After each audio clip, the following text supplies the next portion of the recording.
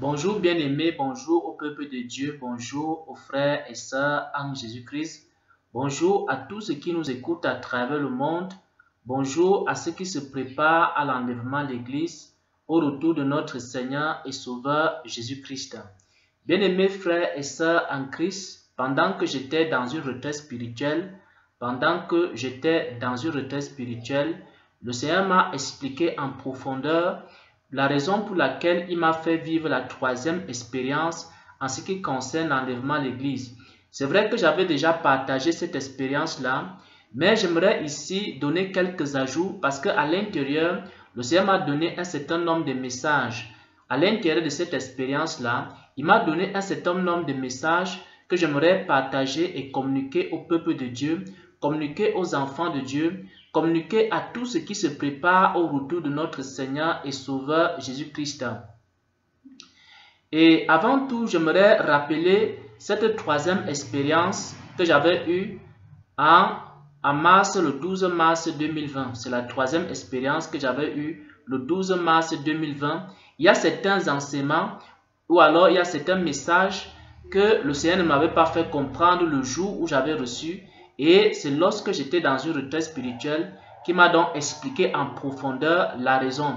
J'aimerais ici d'abord rappeler ce songe qu'il m'avait donné. Et dans ce songe-là, j'étais dans un lieu et j'étais en train de conduire des personnes à l'enlèvement. J'avais reçu comme don du ministère de conduire des gens à l'enlèvement.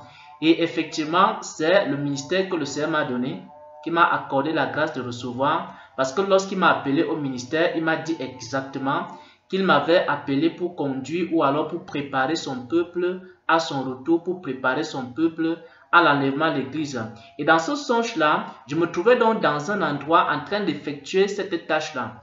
Et il y a une femme qui s'est approchée de moi, une femme âgée, une femme d'un certain âge. Elle était très âgée, elle était fatiguée, elle avait la peine à marcher et elle s'est présentée à moi. Et quand elle s'est présentée à moi, elle m'a dit qu'elle voulait que je la conduise aussi à l'enlèvement de l'Église comme les autres. J'étais en train de conduire les autres. Alors, j'ai commencé donc à la conduire dans plusieurs chemins et à un moment donné, nous avons emprunté un sentier comme un sentier de brousse. Et pendant que nous étions dans ce sentier, la dame en question, elle m'a dit qu'elle ne peut pas continuer. Pourquoi? Parce que le sentier que j'avais emprunté n'était pas le bon sentier. Ce n'était pas le bon chemin. Bon, je ne savais pas alors à ce moment, jusqu'à ce moment-là que c'était le Seigneur.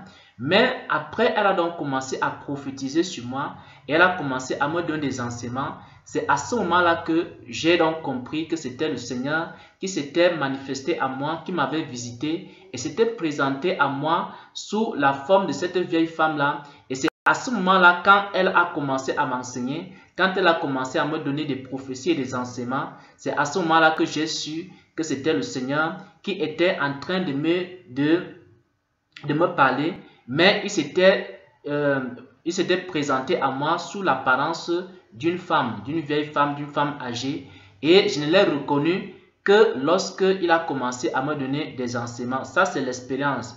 Donc, j'aimerais simplement rappeler cela. Et pendant donc que j'étais dans la retraite spirituelle, le Seigneur m'a donc donné beaucoup d'autres informations et des messages qu'il voulait me faire passer dans cette expérience-là. J'avais déjà donné les premiers messages que le Seigneur voulait me faire passer dans cette expérience. J'aimerais ici ajouter les messages que le Seigneur m'a fait comprendre dans cette retraite spirituelle. Je vais ici aborder 4 points que le Seigneur m'a donnés et que le Seigneur voulait me faire comprendre dans cette expérience. Le premier point ici, c'est l'importance d'avoir une relation avec Jésus. Pourquoi? Parce que Jésus est le seul chemin qui conduit à l'enlèvement de l'Église. Si un chrétien se prépare à l'enlèvement, si une chrétienne se prépare à l'enlèvement, si un serviteur se prépare à l'enlèvement de l'Église, il faut qu'il comprenne une chose, il a besoin d'avoir une bonne relation avec Jésus-Christ. Pourquoi? Parce que Jésus a dit, je suis le chemin, Jésus a dit, je suis la vérité, Jésus a dit, je suis la vie. Nul ne peut aller au Père sans passer par moi. Donc, si quelqu'un se prépare à l'enlèvement et qu'il n'est pas en train de chercher à avoir une bonne relation avec Jésus, cette personne-là est en train de se tromper. Si quelqu'un se prépare à l'enlèvement, il est en train d'enlever les boucles d'oreilles, il est en train d'enlever les bijoux, il est en train, par exemple, de cesser de regarder des choses vaines et que, en plus de ça, il n'est pas en train de chercher à avoir une bonne relation avec Jésus, il est en train de s'égarer. Pourquoi? Parce que pour se préparer à l'enlèvement, il faut forcément avoir une bonne relation avec le Seigneur Jésus-Christ. Et maintenant, le premier point qu'il m'a donné ici, c'est que lorsque tu as une bonne relation avec lui, c'est dans cette relation-là qu'il va donc te dire, parce que tu as déjà une bonne relation avec Jésus, tu as une relation d'amitié avec lui, et dans cette relation d'amitié que tu as avec lui, il va donc maintenant commencer à te dire pourquoi il t'a créé. Quand tu as une bonne relation d'amitié avec Jésus, Jésus va donc commencer à te dire des choses que tu dois faire. Il va maintenant commencer à te dire des choses que tu ne dois pas faire. Quand tu as une bonne relation d'amitié avec Jésus, il va te dire pourquoi tu as été créé. Il va te dire quels sont les dangers qu'il y a dans ta vie. Il va t'assister lorsque tu feras face à des problèmes. Il va t'enseigner continuellement. Il va te conduire chaque jour et il va te guider. Et lorsque Jésus est ton berger, lorsque Jésus te guide, alors tu ne peux pas rater l'enlèvement. Si Jésus est le maître de ta vie, si tu as une bonne relation avec Jésus, une relation avec Jésus au cours de laquelle Jésus est en train de te parler, de t'instruire, de te guider chaque jour dans une relation d'amitié, dans une relation d'amour, si tu arrives à avoir cette bonne relation avec Jésus, alors Jésus va te dire continuellement ce que tu dois faire. Il y a par exemple certains péchés que tu peux ne pas savoir que c'est un péché. Qui te dira cela? Mais c'est Jésus qui va te dire, si tu as une bonne relation avec lui, c'est lui qui va te dire que non, telle chose que tu crois que ce n'est pas le péché, c'est en réalité le péché. Mais il ne peut te dire cela que si tu as une bonne relation avec lui. Si par exemple tu es en train de t'égarer, qui te dira que tu t'égares? Ce n'est que Jésus qui va te dire. Si par exemple tu es un serviteur de Dieu et que tu es en train de faire mal le ministère, que tu es en train de faire le ministère d'une façon abominable, qui te dira que tu es en train de faire le ministère d'une façon abominable? Ce n'est que Jésus qui peut te révéler que la façon dont tu fais le ministère là n'est pas une bonne manière. Mais Jésus va te révéler ça. Pourquoi? Parce que tu es dans une bonne relation avec lui. Alors il va donc te révéler des choses cachées, des choses qui sont dans ton cœur, des choses que tu dois faire ou ne pas faire pour que tu sois prêt pour l'enlèvement de l'église. Les références bibliques ici, vous allez prendre ça dans Jean 10, verset 27.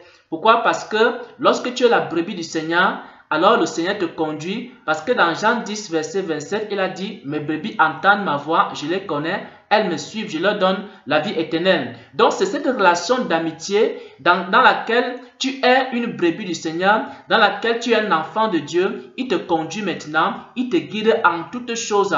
Et c'est également ce qu'il a dit, que l'esprit de vérité qui nous conduira dans toute la vérité. Ça c'est le premier point. Le second point ici que j'aimerais aborder, que le Seigneur m'a également donné, concernant la troisième expérience que j'ai reçue en ce qui concerne l'enlèvement de l'église. La deuxième chose qu'il voulait que j'insiste ici, pour dire au peuple de Dieu, pour dire aux enfants de Dieu, pour dire aux chrétiens, pour dire aux chrétiennes, c'est que Jésus est mort sur la croix pour avoir une relation d'amitié et d'amour avec nous. Pourquoi? Parce que c'est par amour qu'il a versé son sang sur la croix de Golgotha. Et dans Matthieu 28, verset 20, il a dit qu'il est avec nous tous les jours jusqu'à la fin du monde.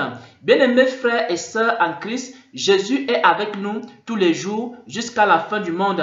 Il veut être avec toi mon frère. Il veut être avec toi ma sœur tous les jours. Il veut être avec toi dans tes peines. Il veut être avec toi dans tes difficultés. Il veut être avec toi dans tes douleurs. Il veut être avec toi dans tes épreuves.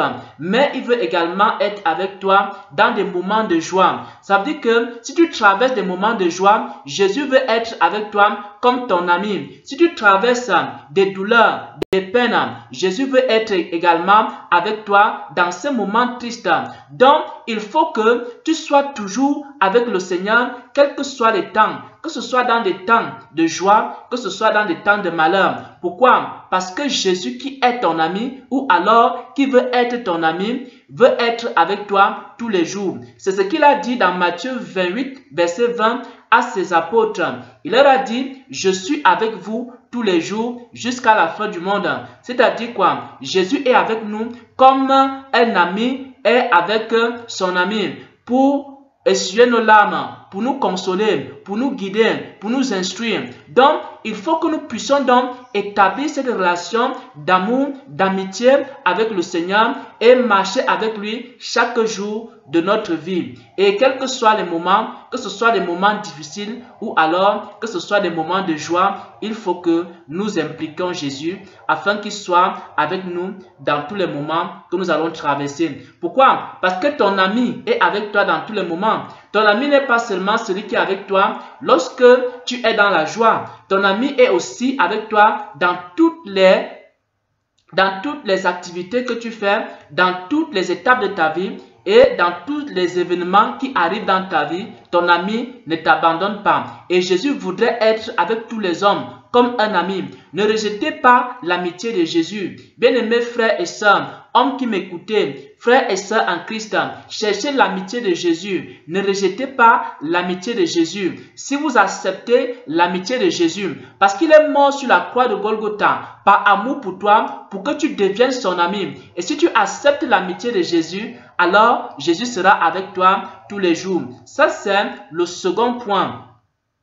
Le troisième point ici concerne la raison pour laquelle les chrétiens doivent fuir le péché. La raison pour laquelle les chrétiens doivent fuir le péché. La bonne raison pour laquelle les chrétiens doivent fuir le péché. Bien-aimés frères et sœurs en Jésus-Christ, les Écritures nous enseignent que la crainte n'est pas dans l'amour, mais l'amour parfait bannit la crainte. Pourquoi? Parce que ici, nous ne devons pas fuir le péché simplement parce que nous avons la crainte d'aller en enfer. Mais nous devons fuir le péché par amour pour Dieu. Pourquoi? Parce que lorsque nous péchons, lorsqu'un chrétien pêche, cela détruit sa relation d'amitié avec Jésus. Chaque fois que tu vas commettre un péché X, chaque fois que tu vas commettre un péché Y, ça va détruire la relation d'amitié que tu as avec Jésus. Donc, la raison pour laquelle tu dois te sanctifier, ça doit être par amour pour Dieu. Tu dois te sanctifier, pas seulement parce que tu vas échapper aux flammes de l'enfer, mais tu dois te sanctifier parce que tu aimes le Seigneur, parce que tu es ami du Seigneur et tu ne voudrais pas blesser ton ami Jésus que tu aimes. Il faut que tu commences à te sanctifier par amour pour Dieu. Il faut que tu commences à obéir à la parole de Dieu par amour pour Dieu. Pourquoi? Parce que tu ne veux pas blesser Jésus que tu aimes. Parce que tu ne veux pas blesser ton ami Jésus. Et si par exemple vous avez un ami, est-ce que vous pouvez faire ce qui ne lui plaît pas? Vous allez toujours faire ce qui lui est agréable. Pourquoi? Pour garder intacte la relation d'amitié avec le Seigneur. Ça, c'est le troisième point. La raison pour laquelle nous devons également fuir le péché, pas seulement pour échapper à l'enfer, mais aussi parce que nous aimons tellement le Seigneur et parce que le fait que nous péchons, ça détruit notre relation avec le Seigneur. Le fait que nous péchons, ça blesse le cœur de notre ami Jésus et c'est à cause de cela que nous devons également nous sanctifier. La quatrième raison ici, ou alors la quatrième chose que j'aimerais dire ici, également que le Seigneur m'a accordé la grâce de comprendre. En ce qui concerne la troisième expérience de l'enlèvement de l'Église, c'est les serviteurs de Dieu. Les serviteurs de Dieu sont les amis de l'époux. Vous savez bien que le Seigneur Jésus a dit dans Matthieu 9, à partir du verset 15, que celui à qui appartient l'épouse, c'est l'époux. Mais que ses apôtres, ses disciples étaient plutôt les amis de l'époux. Donc les serviteurs de Dieu, ce ne sont pas l'époux. Ce n'est pas nous qui sommes Jésus. Nous ne remplaçons pas Jésus. Nous sommes simplement des amis de Jésus. Et Jésus nous envoie pour une raison, une seule raison, c'est que nous puissions vous conduire à lui.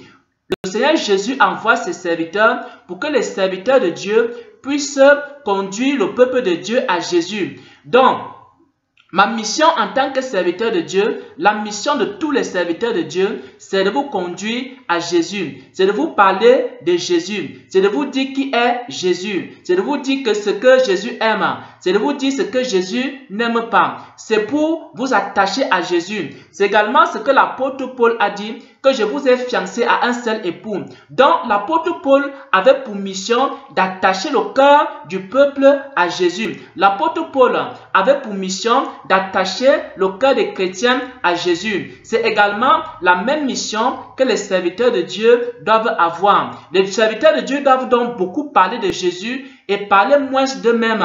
Les serviteurs de Dieu doivent beaucoup parler de Jésus et parler moins de leur voiture. Les serviteurs de Dieu doivent beaucoup parler de Jésus et parler moins de leur maison, du nombre d'enfants qu'ils ont, des exploits qu'ils ont eu à faire sur la terre. Ils doivent beaucoup parler de Jésus pour que les gens connaissent Jésus et que les gens s'attachent à Jésus. Mais si les serviteurs de Dieu ne parlent que d'eux-mêmes, ne parlent que des projets, les projets de ceci, les projets de cela, les projets de X, les projets de Y, mais ils ne parlent pas de Jésus, alors à ce moment-là, le peuple de Dieu ne peut pas connaître Jésus et le peuple de Dieu ne peut pas s'attacher à Jésus. Beaucoup de chrétiens connaissent les projets de l'Église, mais ne connaissent même pas Jésus. Beaucoup de chrétiens connaissent l'âge de leur pasteur, ils connaissent la chaussure que leur pasteur porte, ils connaissent dans les détails la vie de leur pasteur, la vie des serviteurs de Dieu, mais ils ne connaissent même pas Jésus. Ils ne savent pas ce qui plaît à Jésus et ce qui ne plaît pas à Jésus. Pourquoi? Parce que le discours des serviteurs de Dieu alors ne parle pas de Jésus. Les serviteurs ne parlent pas de Jésus dans leur discours. Il faut que dans nos discours, nous parlions beaucoup de Jésus. Il faut que dans nos prédications, nous parlons beaucoup de Jésus. Il faut que dans nos enseignements, nous parlons beaucoup de Jésus. Et que nous soyons capables d'attacher le cœur des chrétiens à Jésus. Il faut qu'après avoir écouté un enseignement, que tu aies une connaissance beaucoup plus grande de Jésus. Il faut qu'après avoir écouté une prédication, que tu aies une compréhension beaucoup plus grande de Jésus. Il faut que après avoir écouté une prophétie, que tu aies une connaissance plus grande de Jésus. Il faut que après avoir écouté une parole de connaissance, que tu aies une connaissance beaucoup plus grande de Jésus-Christ. Donc il faut que les serviteurs de Dieu n'attachent pas les chrétiens à eux-mêmes.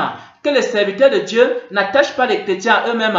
Pourquoi? Parce que eux-mêmes, ils ne sont pas l'époux, mais ils ne sont que les amis de l'époux. Donc l'ami de l'époux, qui est un ami fidèle, doit simplement attacher le cœur de l'épouse, des chrétiens, des enfants de Dieu. Il doit attacher le cœur des enfants de Dieu à Jésus, de manière à ce que le cœur des chrétiens soit tourné vers Jésus et non vers les églises et non vers eux-mêmes et non vers des choses vaines, mais que les chrétiens n'aient le regard fixé que vers Jésus et que les chrétiens puissent aimer Jésus, qu'ils puissent s'attacher à Jésus et qu'ils puissent avoir cette relation avec Jésus. Et lorsque les chrétiens auront donc une bonne relation avec Jésus, ils seront maintenant prêts pour l'enlèvement. Pourquoi? Parce que Jésus va les conduire en toutes choses. Jésus va leur montrer les péchés qu'il y a dans leur vie. Jésus va leur montrer des choses cachées dans leur vie. Jésus va leur montrer des œuvres qu'ils doivent faire et des œuvres qu'ils ne doivent pas faire. Jésus va beaucoup les guider. Jésus va les assister. Jésus va se comporter avec eux comme un ami. Pourquoi? Parce que ils ont tissé une relation d'amitié avec Jésus. C'est le rôle de tous les serviteurs de Dieu, c'est de vous aider à avoir une bonne relation avec Jésus. C'est le rôle de tous les hommes de Dieu, c'est de vous aider à connaître Jésus et avoir une bonne relation avec lui. Et c'est ainsi, lorsque vous aurez maintenant une bonne relation avec Jésus et que vous allez marcher avec Jésus tous les jours, alors vous serez prêts pour l'enlèvement. Pourquoi? Parce que Jésus est le berger, le seul berger qui conduit les brebis à la vie éternelle. Au nom de notre Seigneur et Sauveur Jésus-Christ. Amen.